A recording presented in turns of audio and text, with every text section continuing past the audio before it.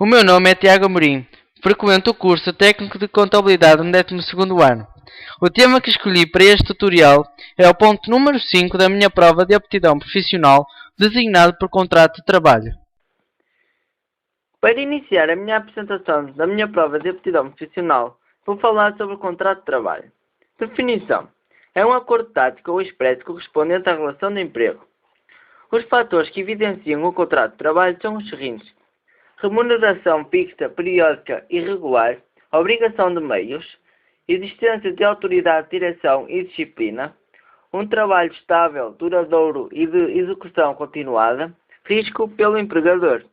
Para dar continuidade à minha apresentação, eu vou falar sobre o contrato de prestação de serviços. Definição: é aquele em que uma das partes se obriga a proporcionar à outra um certo resultado, através do seu trabalho intelectual ou manual, com ou sem retribuição. Modalidades: mandato. É o contrato pela qual uma das partes, o mandatário, se obriga a praticar um ou mais atos jurídicos por conta da outra, sem subordinação jurídica. Pode ser oneroso ou gratuito. Depósito. É o contrato pelo qual uma das partes entrega à outra determinadas coisas, móvel ou imóvel, para que a guarde e a restitua quando exigida. O prestador de atividade presta-o com autonomia. Os fatores que evidenciam o contrato de prestação de serviços são: tanto pode ser oneroso como gratuito, obrigação de resultados, autonomia técnica, atos isolados, risco pelo prestador de serviços. Para dar continuidade à minha apresentação, vou falar sobre requisitos gerais para a celebração de contratos. Capacidade dos contratantes. De acordo com o artigo 7 do Código Comercial, toda a pessoa, nacional ou estrangeira, civilmente capaz, poderá praticar atos de trabalho com fins lucrativos. Incapacidade por ser menor. O indivíduo com menos de 18 anos não goza de capacidade de exercício dos seus direitos, não tendo capacidade jurídica. Incapacidade por interdição. São todos aqueles que podem ser interditos do exercício dos seus direitos, todos aqueles que apresentem anomalias psicológicas, surdez, mudez e ou cegueira. Incapacidade por inabilitação.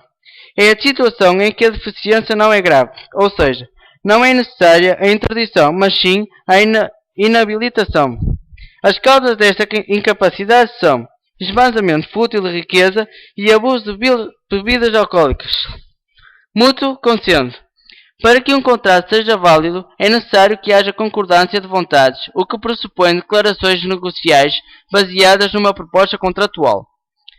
Requisitos de um contrato válido são os seguintes: exprimir uma forte vontade de contratar, conter os elementos essenciais do contrato, obedecer à forma exigida pelo contrato.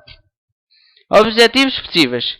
De acordo com o artigo 280 do Código Civil, pode-se concluir que para um negócio jurídico ser validado é necessário que o objeto visado seja possível, estando em conformidade com a ordem pública, os bons costumes, as normas contratuais. Para dar continuidade à minha apresentação, eu vou falar sobre os tipos de contrato de trabalho.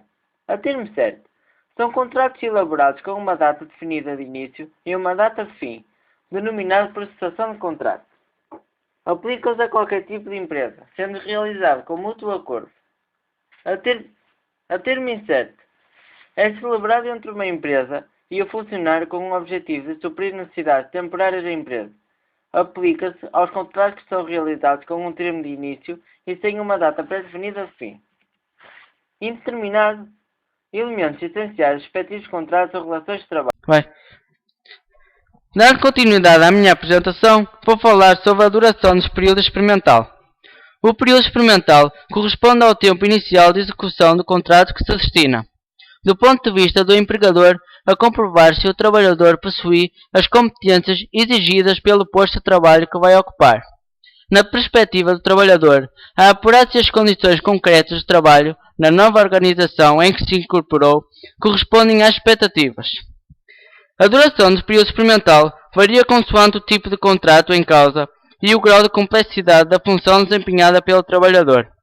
Assim, o período experimental tem a seguinte duração: 90 dias para a generalidade dos trabalhadores, 180 dias para os trabalhadores que exerçam cargos de complexidade técnica e elevado grau de responsabilidade, 240 dias para o pessoal de direção e quadros superiores.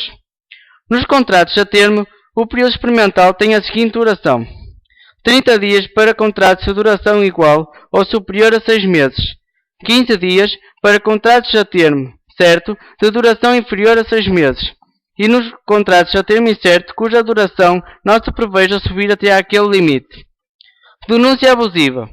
A denúncia do contrato de trabalho durante o período experimental poderá ser ilícita. Não obstante, a dificuldade de prova decorrente não ser necessária a invocação de qualquer causa de cessação do contrato. Se então o empregador não tiver tido a responsabilidade de apressar a aptidão do trabalhador, ou este último tiver podido avaliar as condições de trabalho disponibilizadas por aquele. Para dar continuidade à minha apresentação, vou falar sobre formas de cessação do contrato. Extinção do contrato de trabalho. Por morte do empregado. Falecendo o empregado e deixando herdeiros, há direitos do trabalhador que serão transferíveis aos herdeiros. Extinção por morte do empregador. A morte do empregador, pessoa física, por si não interfere na extinção do contrato, se o negócio prosseguir com outros titulares. Extinção da empresa.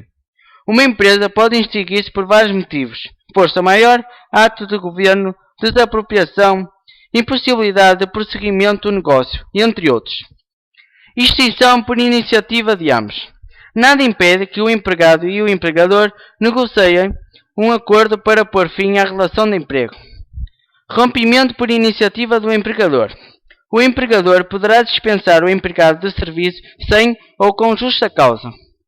Rompimento por iniciativa do empregado. Se a iniciativa de rompimento do vínculo de trabalho for do empregado, no caso dos contratos por prazo indeterminado, caberá ao mesmo conceder ao seu empregador um aviso prévio, também de 30 dias, sob pena de se proceder com a compensação deste valor, a quando do pagamento de verbas rescisórias. Contrato de trabalho a prazo determinado. Pode-se extinguir naturalmente, isto é, quando for celebrado no prazo determinado e a data nele fixada for atingida. Causas da rescisão com justa causa. Incontinência de conduta, violação do segredo da empresa, ato de indisciplina ou de insubordinação, abandono de emprego, entre outros. Por fim, para finalizar a minha apresentação, vou falar sobre as causas do despedimento ilícito. Desobediência ilegítima, violação dos direitos e garantias dos trabalhadores, lesão de interesses patrimoniais sérios da empresa, faltas não justificadas que determinem prejuízos e riscos graves, falta culposa de observância de normas de higiene e segurança, prática dentro da empresa de violências físicas, injúrias, sequestro ou crimes contra a liberdade dos trabalhadores.